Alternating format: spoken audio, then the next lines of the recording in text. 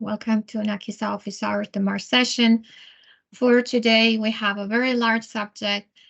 We received a suggestion some time ago from Regis from L'Oreal regarding the type of lease ends in Nakisa. As we worked on the subject, Mario and myself realized that it's a much larger topic that we realized. So we will be covering this in two sessions, and in today's session, we are going to concentrate on the terms themselves as they are in our application and on the workflow, and we'll be demonstrating the process and the steps in the application.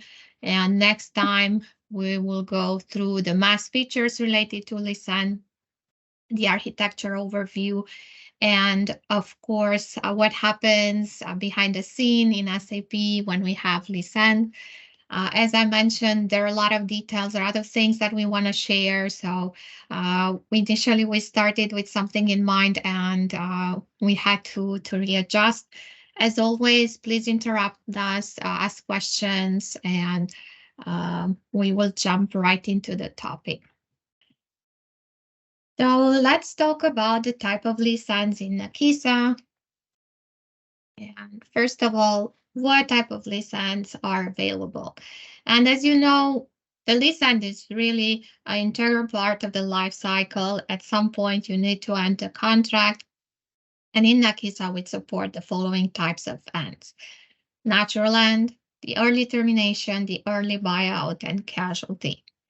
We did introduce in the slide some warning notes, some notes for you to take into consideration.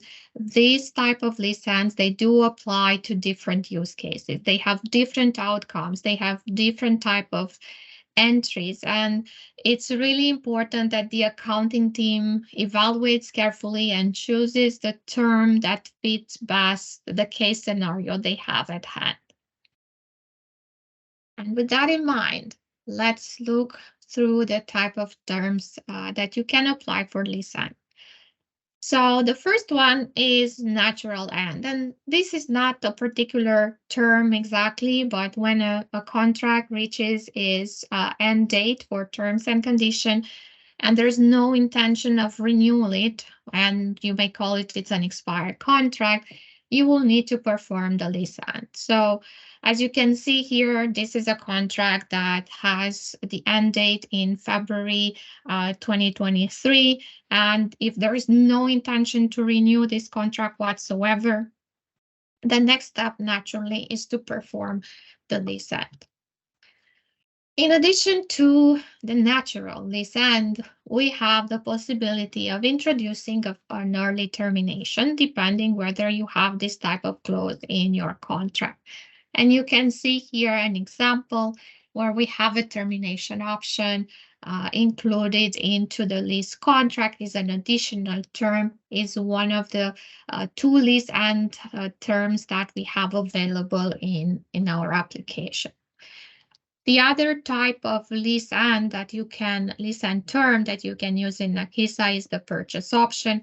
Similarly to the termination option, if you have such a clause in your contract, if you have the probability of exercising the purchase option, you can introduce it as a separate term, and then you can decide at what point you want to exercise. And the fourth type of lease end is the casualty. This really applies for something like an accident or something that caused a very sudden, unexpected loss of value or damage of your lease asset, and you have no other choice but to retire your asset and recognize the impact on your P&L. So this is the casualty, and we will talk about each of them in details. So now let's go through each and one of them in detail. If there are any questions, please let me know. I can't really see the participants, but Mario, if somebody is asking questions, please let me know. Yeah, I'm taking care of that, Kata. Don't worry about it. Thank you so much. All right, so let's talk about the natural end. Now, as we mentioned, whenever you have a contract that is reaching the expiration date, the validity term and date, then you have this situation where the renewal is improbable, so you want to go ahead and perform the lease end and, of course, the close. We do assume that the periodic postings are performed in every period. So once you get to the expiration date, you can go ahead and trigger the lease end. We included here some ways in which you can look for this type of contracts, and we do have some reports available in the application. In our latest version, you all know we have the contract expiration report that allows you to plan ahead and make sure which contract are reaching their likely to expire date, so you can coordinate with other departments whether a renewal is probable or not. We also have the data quality integrity report that you can run at activation group level, and you can use in a similar fashion with the contract expiration report. You can use it as a planning tool, or to determine whether you want to go ahead and close those contracts because they're expired. In addition to that, assuming that all the periodic postings are up to date, you can also make use of the lease end action that is available within the batch management feature for the workflow mass transition. And the system will be able to show you what are the contracts that are supposed to have a lease end because they're expired and all their transactions are posted. And I'm going to show you that in just a few minutes once we get to the demonstration part. So the important part here is that all the periodic postings are posted. And once you do that, you will see, and most of you are aware, and you know that once everything is posted, the lease end bottle becomes a dark blue from the light blue before, so you can go ahead and perform the lease end. Once you enter the end date for the unit, you can, of course, perform the close. And our recommendation is that you always trigger the close immediately after the lease end, unless there is some other process that you have internally. But our recommendation is such because you want to avoid having discrepancies between your posted transaction and your disclosure reports.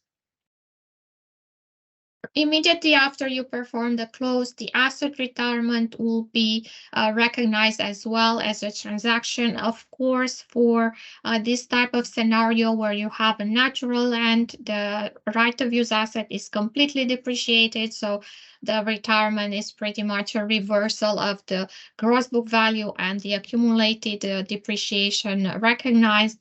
And for natural lease end, the assumption is that there's no balance remaining because you posted everything, all the payments, all the accruals. So then at the end, there won't be any balance for the liability accounts.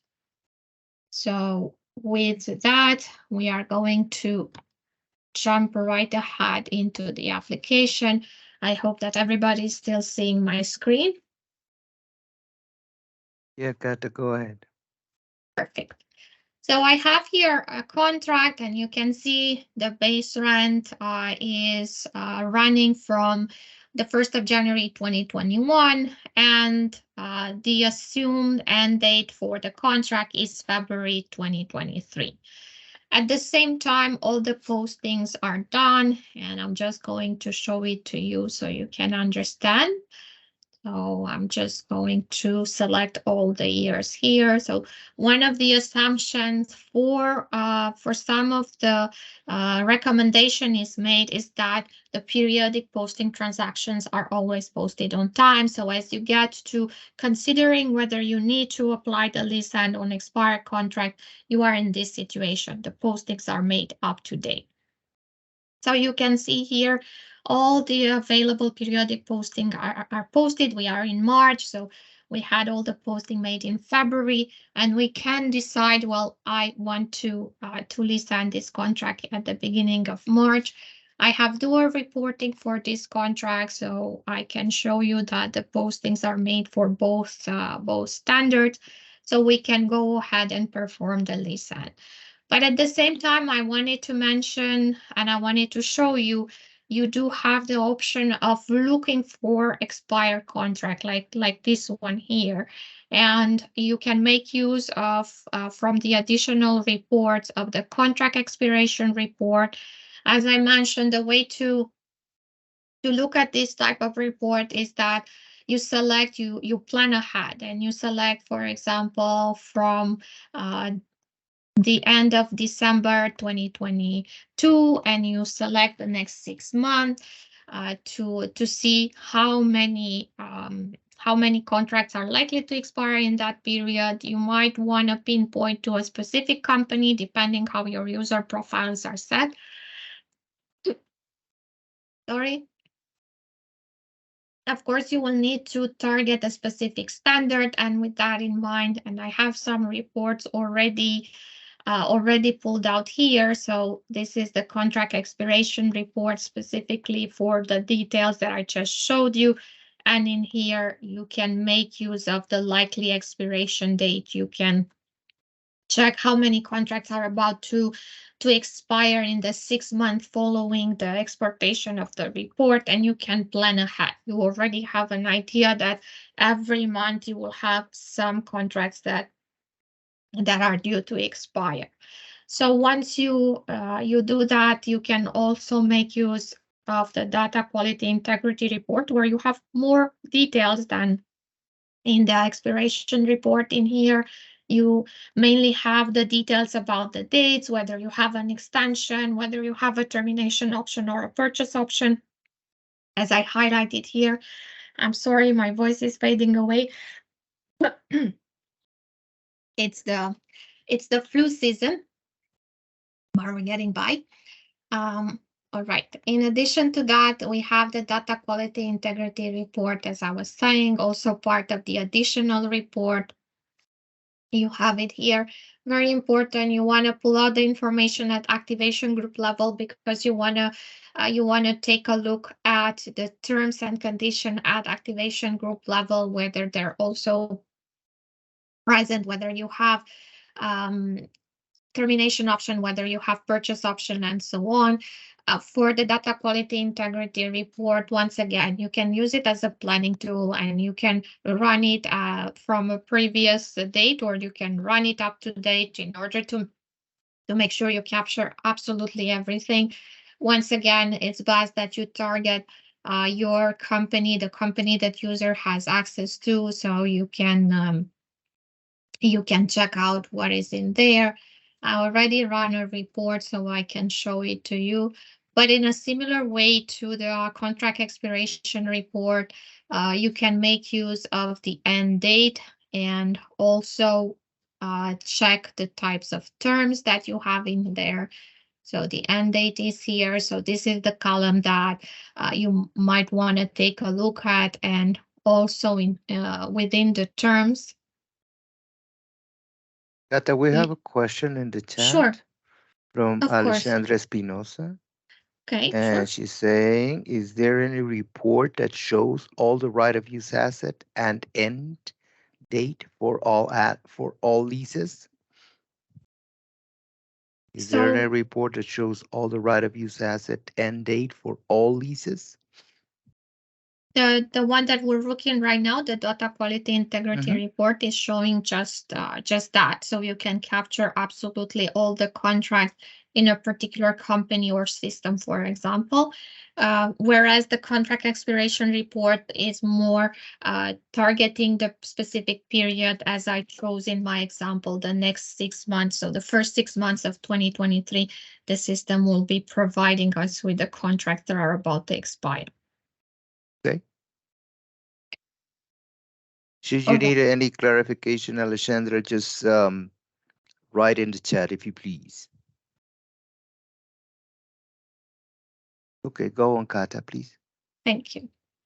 All right. So in addition to the end date that we have here in the data quality integrity report, you can also make a selection by the type of term. So you can look for, and you have here in column AS in my specific report, of course, depending on the details of your configuration, you can have a slightly different display, but you will see the term type, so you can look for purchase options or termination options, for example.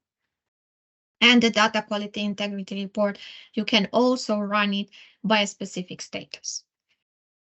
So in addition to these two reports that you can use for the expired contract and the ones that reach their natural end, there is another feature that you can use. So within the batch management, within the batches, you have the workflow mass transition.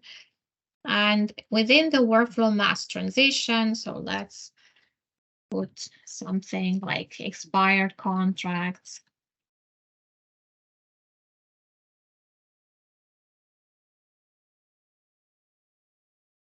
In company D111, the one that I'm working into. So in the action, we are choosing Lease End here. And in the filters, I'm going to target the company, a specific company.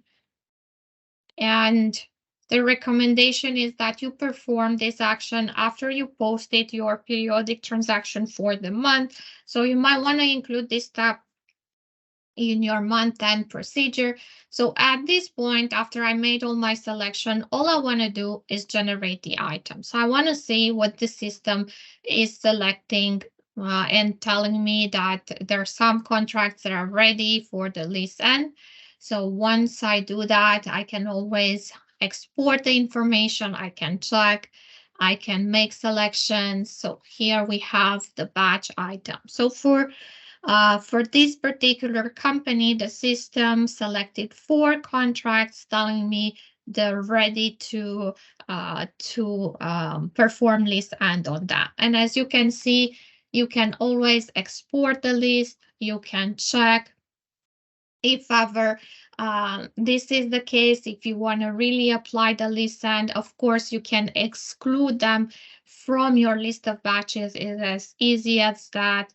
You can do that also through the Excel file as you export and re-import. You can always check, and we are going to look at this contract. We can see the list and is on in here. And if we check the postings, we are going to make sure that all the postings are done. And it is the case. And we can also check in the terms and condition that indeed this contract is expired. So this is a very easy way to follow up with your expired contract, and it allows you to make use of the automation and the mass features that we have available. So now let's go back to one contract that we have expired, and we are going to go through all the steps in the user interface. But I wanted you to show all these options that you can include in your month-end procedures. So let me close some of these extra tabs that I have here, and we are going to come back to our landing page.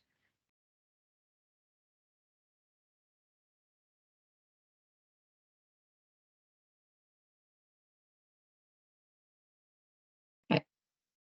So as the transactions are all posted and the Lease End button is available, I'm just going to click on it. And once I do, the status is changing to Lease End. At this point, if I want to do other filtering, I can check in the landing page, in the action center. Now I have a status to look for.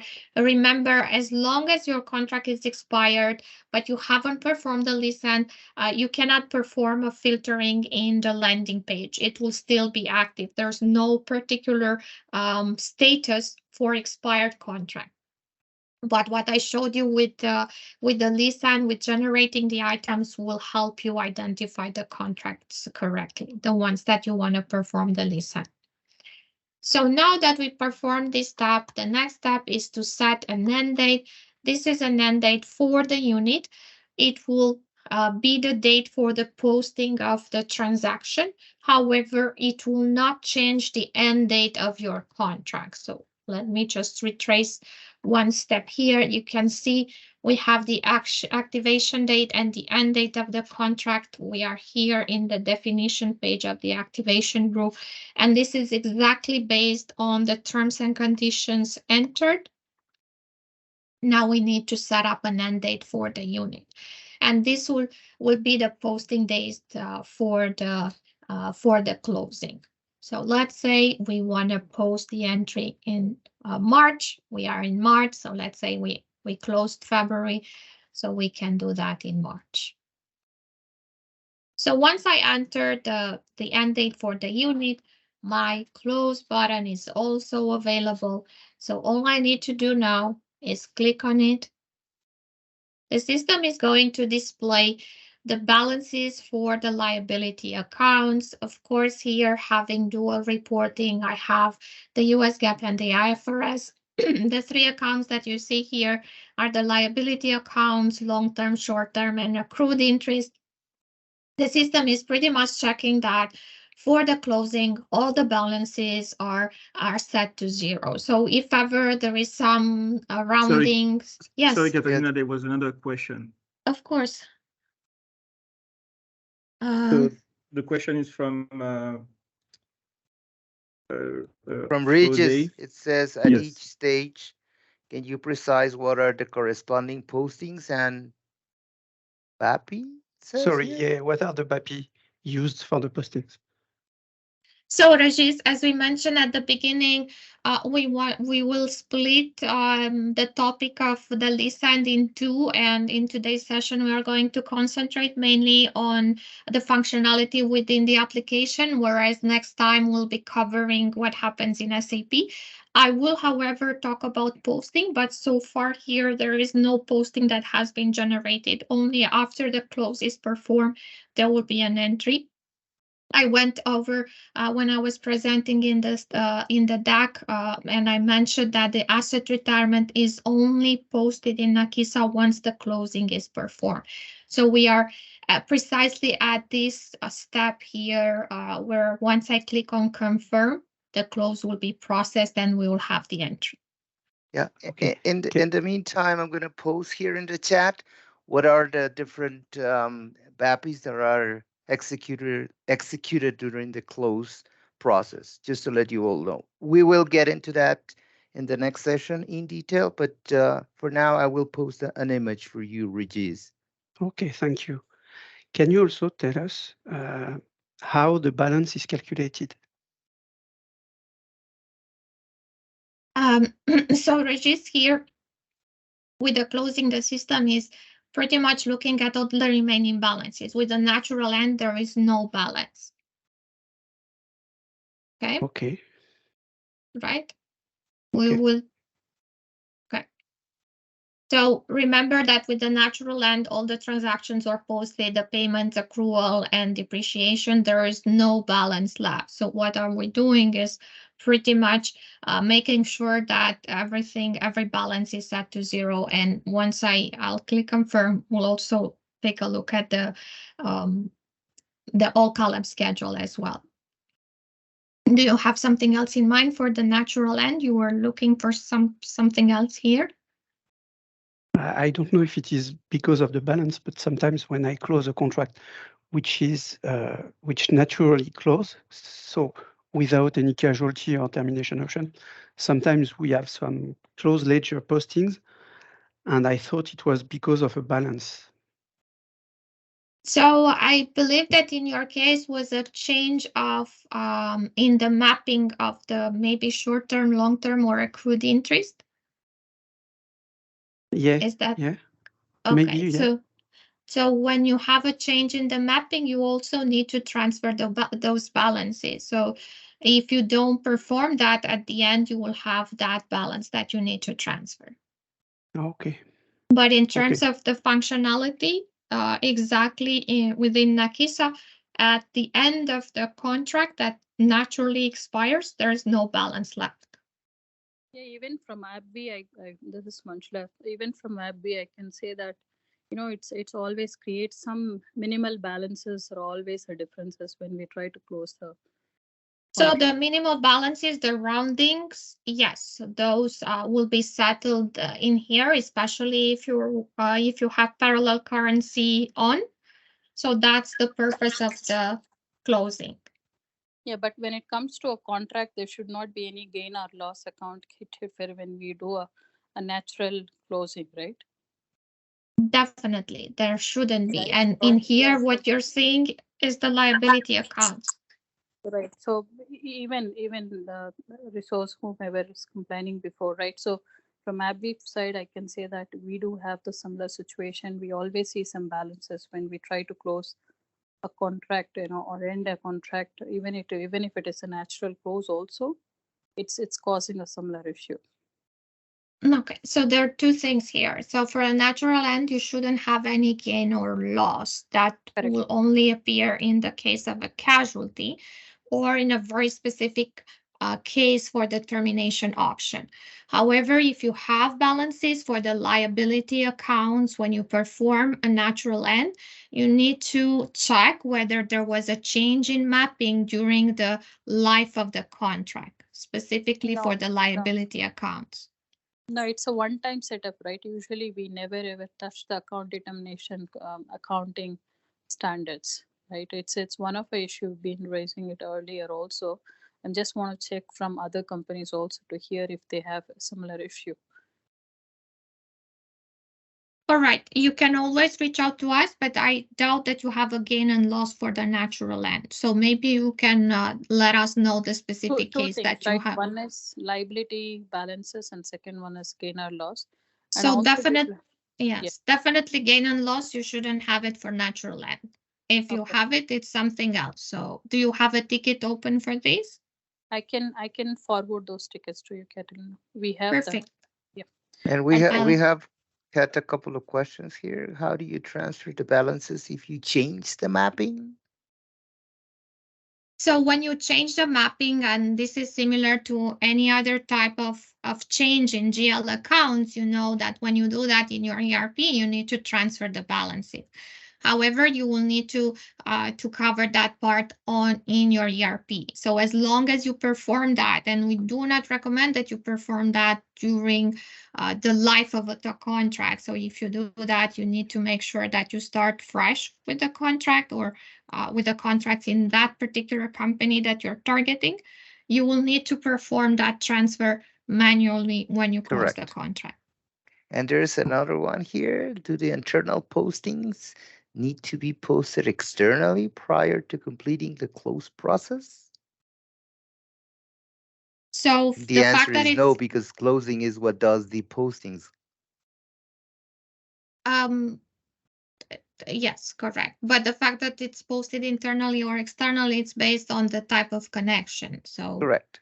the important part is that you need to post the entries. All right. And another one for those that have a balance at posting, what is their version and do they have a fiscal year different from the calendar year?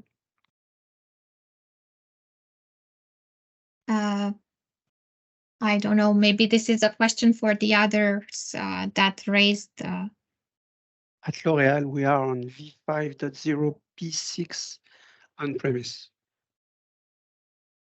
Okay. I don't know if from AbbVie you want to mention the version. I believe it's a much recent one. Yeah, we moved to the latest version. Yeah, so for previous on-premises solutions, for sure, we have multiple issues. Maybe whoever is there in on-premise solution, we felt cloud is much better than on-premises. All right. So Okay, let's choose the I'm gonna posting. park the questions for now, just so you Okay, can so you complete can. the topic. Okay. Thank you so much. All right. So we're performing the closing, and only at this point we have a transaction that's being triggered, and we can check the asset retirement. And for natural land, this is what you'll be looking for. You want to make sure that you have the retirement of the asset, and As I was mentioning in the slides, the right of use asset is completely depreciated, so we're just reversing the values, the balances for gross book value and accumulated depreciation. This is the retirement. And if we check the schedules as well, we are going to see that all the balances are ending up being zero. So I'm going to check all columns, all years.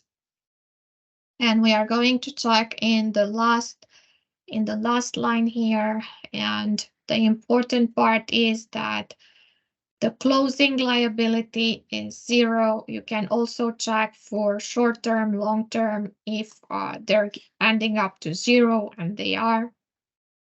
And for the net book value, of course, it's zero. You want to make sure that the accumulated depreciation is zero as well, and the gross book value. So all the balances are zero.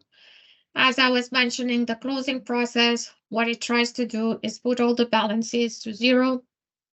The asset part has its separate step.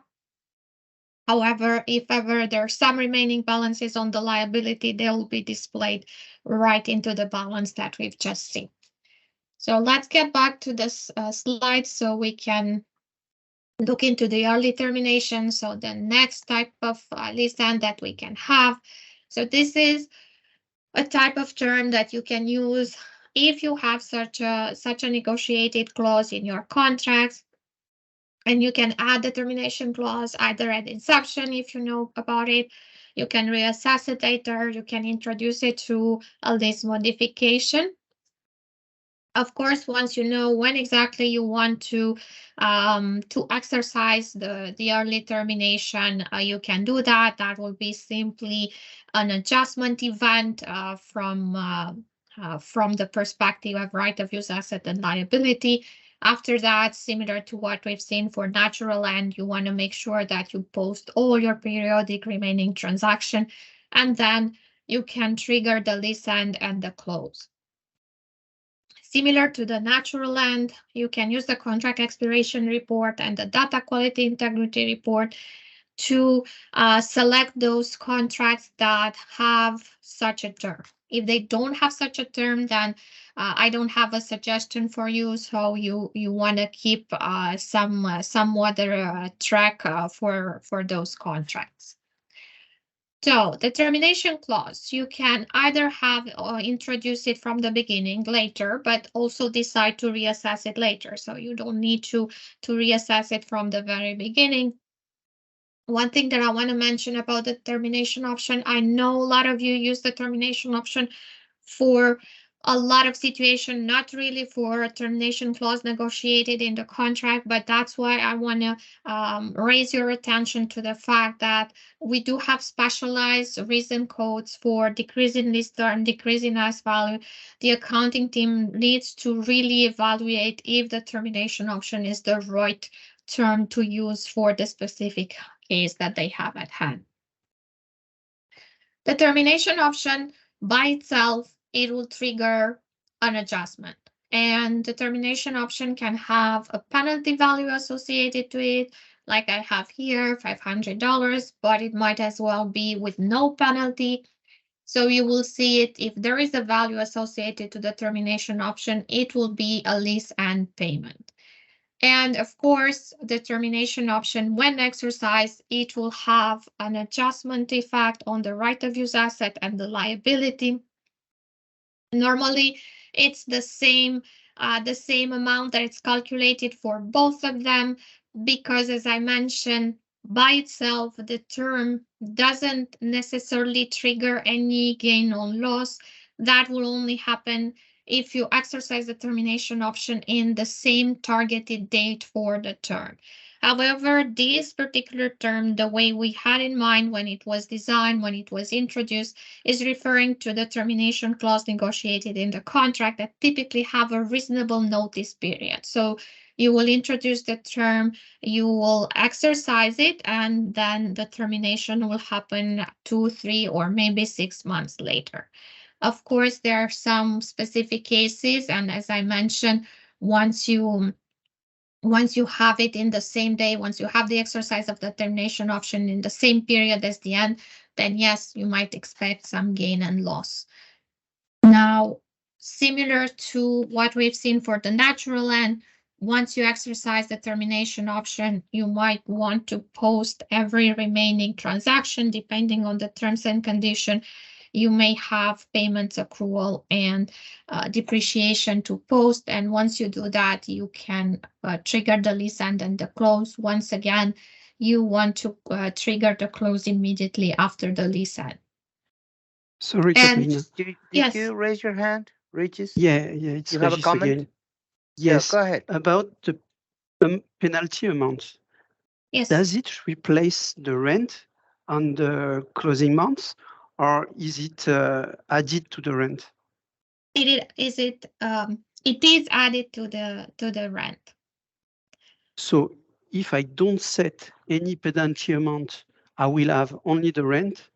If I set a penalty, I will have the rent plus the penalty. So there are two things here. When you apply a termination, you typically reduce the term of your contract. So you have some reduction from less payments that you need to make, and that will be a reduction, but your penalty amount is an extra payment. And it does appear in a different column in the lease payments. So Okay. it can be, you can have those two as well. Okay, thank you. Right?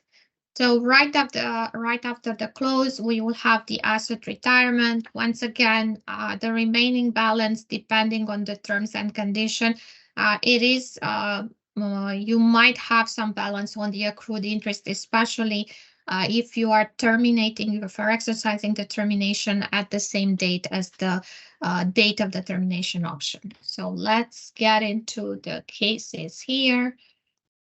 So let me go to my case number 2, and I already have the termination option that I entered into the contract, but I haven't exercised it. So my first step will be to exercise it. As I mentioned, you can still introduce it to a lease modification. I have a penalty amount. As long as it's not exercised, you are not going to see this amount. Once you do it, you are going to see that in the all column schedule. So we are going to perform a reassessment. It's an early termination. I do not intend to modify the contract rate at the same time. And as you are used to, with every reassessment, the system is going to create a draft for me to work in and will be considering this termination option. We'll be setting it as likely to exercise. So I'm going to send to assessment. I did post a transaction up to December 2022. I want to exercise the option in January.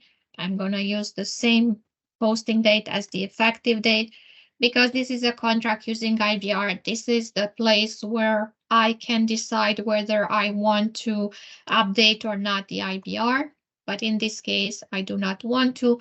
This really depends on your internal policies. You can guide the users on what they need to do in that. Let's go really quickly to the view schedule so we can take a look of what the reassessment has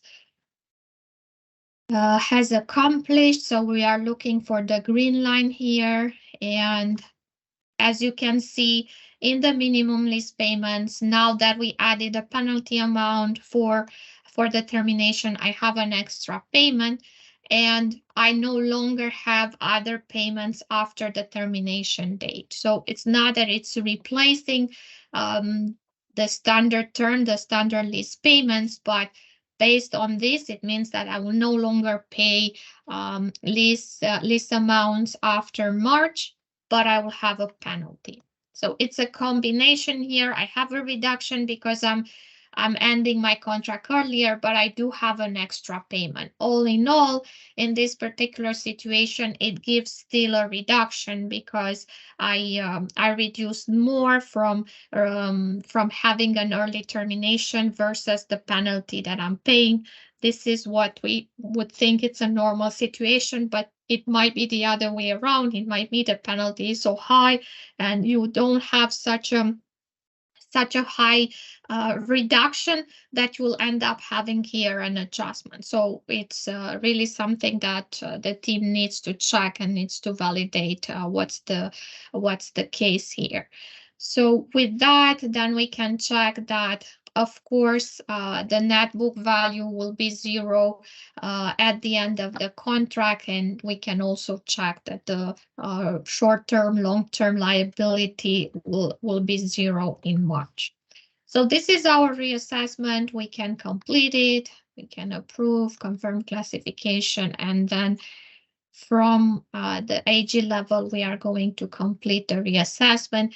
As I mentioned, the termination option in itself is a lease adjustment event. It will affect both the liability and the right of use asset. But with what amount and what is the sense of the adjustment, it really depends on the terms and condition. And if you check in the a list of transaction, you will see here that you have both on the asset and on the liability, the early termination applied, that it's reducing the asset and also reducing the liability with the same amount in this case. So now once I included my termination option, of course, I have a last step to perform. I need to post my transaction so I can go ahead and trigger the lease end. So I'm going to do this super fast from here. I have only a few transactions to post. Depreciations. Of course, I have 2 standards, so I need to make sure I post for both of them. You also have the batch options, and you can do that in mass, and it will be part of your month end. You don't need to do it manually as I'm doing it here. I need to refresh my page for a bit.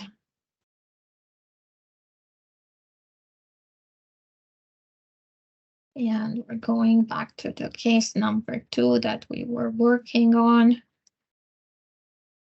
New postings. And we are targeting 2023. I have one last payment to make here. And then I can move to the other standard.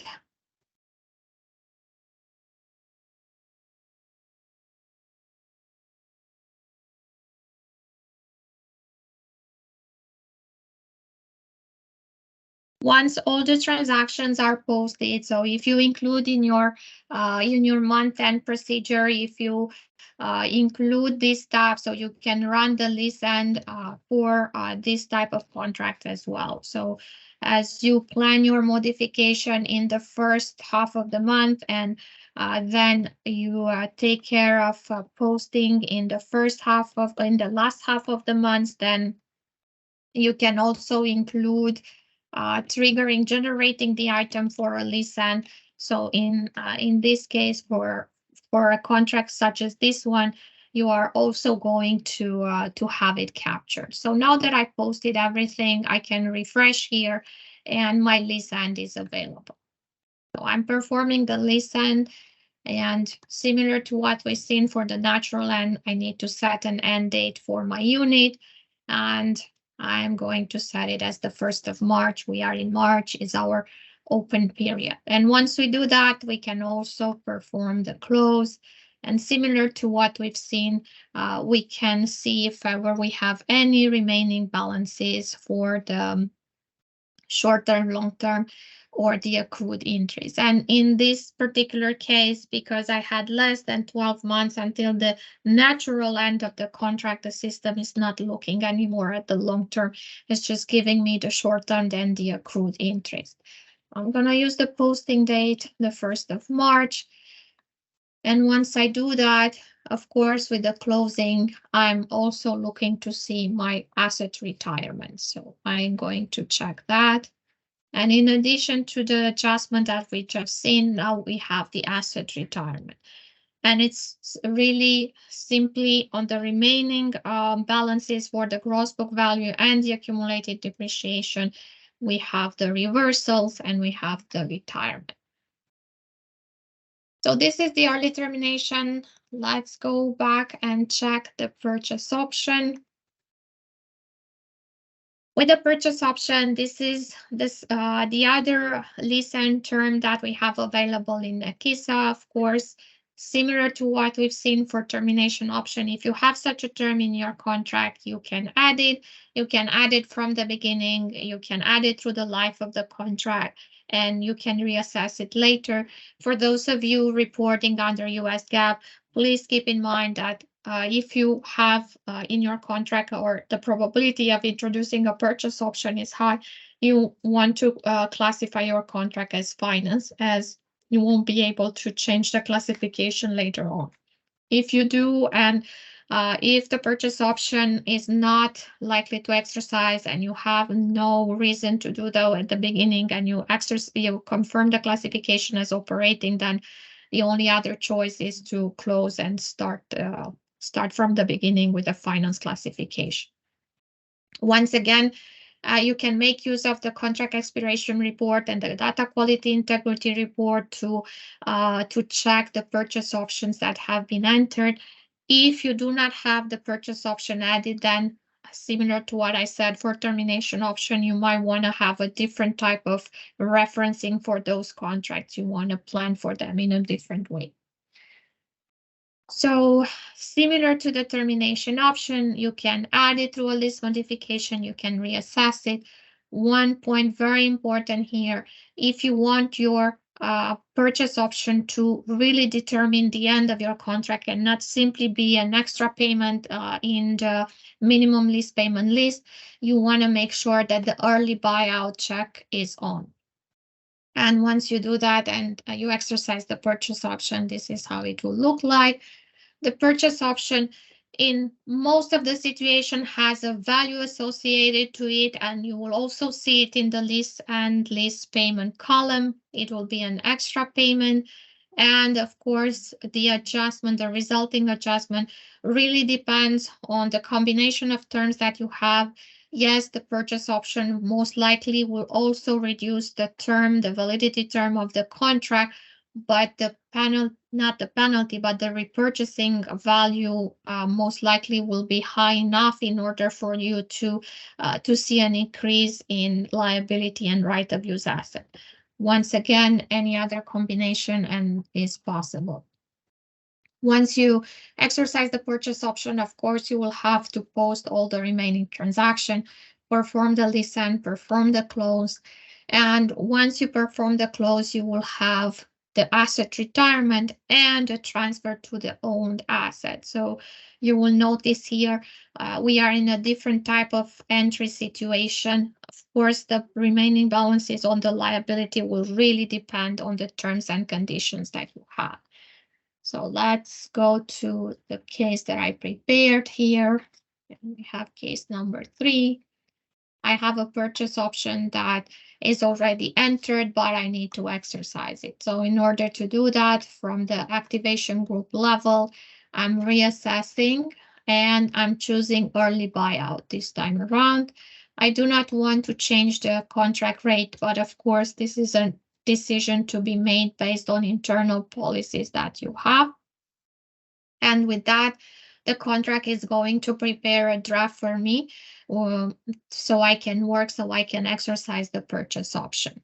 And let's see, we go directly to the to the terms and condition. We are exercising the purchase option.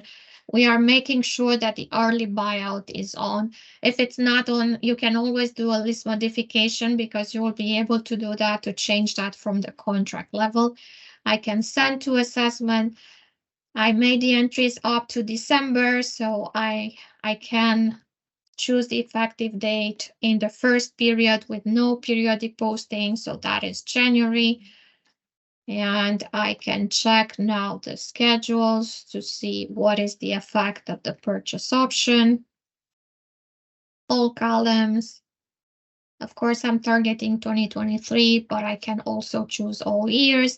I have my green line here, and you can see my payments are stopping after March, but I have an extra payment here, the lease end payment, similar to what we see into termination option. However, the value it is expecting to be higher. In the list of minimum lease payments, I see my entry here, and I will check my deltas by how much the liability and the right of use asset is affected. In this case, once again, because the reduction I'm getting from exercising the purchase option in March is higher than the value that I'm introducing, it's a reduction. But you can also have an increase, as I was showing in the other example in the slides. Now, of course, being a purchase option, once we exercise the purchase option, the rules for depreciation are changing. So the system is no longer considering the terms of the contract, is considering the actual useful life of the asset. So you can see the change in depreciation here. And it is to be expected, but my net book value will not be zero at the end of my contract once I exercise the purchase option, because this is the value that we are transferring to the owned asset. So with that, we can complete the draft, confirming the classification, and of course, we can complete the remeasurement. And once we'll do that, we'll be able to see the actual adjustment that the exercising of the purchase option has produced. And after that, the last step that we need to do is also making sure that we are posting the remaining entries, the remaining periodic posting. So then we can perform the lease end. So let's check at the unit list.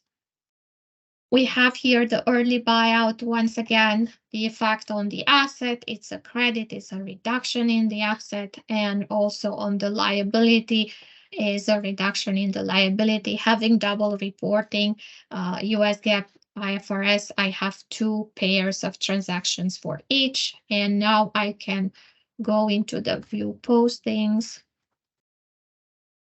I can check all years, and I want to make sure I'm posting all the remaining entries that I have in here, and I'll try to do this super fast.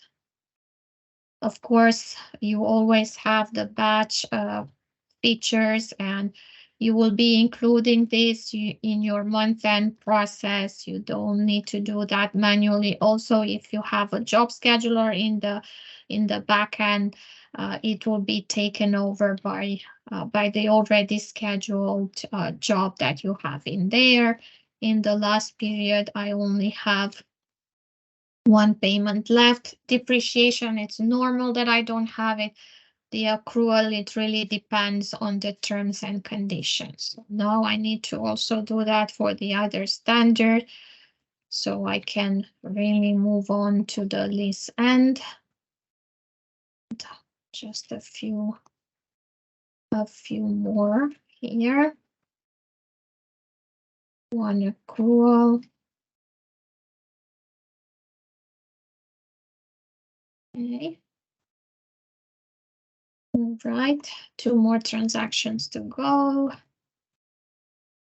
And my last payment. And with that, all the periodic postings are done. And if we come back here and we click on refresh, the lease end is available. So we can already perform the lease end. And with that, once again, we're setting up the end date for the units. We can choose the 1st of March. That was the intention. So once we do that, the close is also available. Similar to what we've seen before, if ever there's any balance on the liability accounts, we will see it here. And once we confirm, the system is going to post a retirement transaction. And this time around, it will be different because we are also transferring to the own asset the remaining balance on the gross book value and the accumulated depreciation. So this really depends on the mapping that you have for the accounting determination and the asset accounting determination in the back end. So just really quickly to see what happens in the schedules.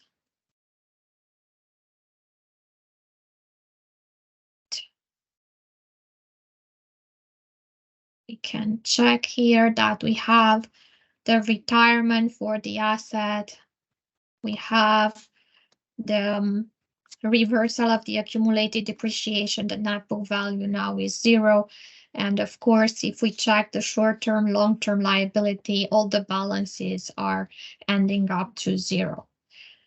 We have one last type to go over, but we also have only 2 minutes left, and I can maybe quickly go through the slides, and then we will take it from here in the next session. So the last type of end that we have available is the casualty. This is a type of event that you want to perform following a very sudden, unexpected type of loss, damage that happened to your lease asset, something like an accident. And once you apply the casualty event, the activation group will directly go to the lease end. Then you'll have some remaining transaction to post, and you will be able to perform the close.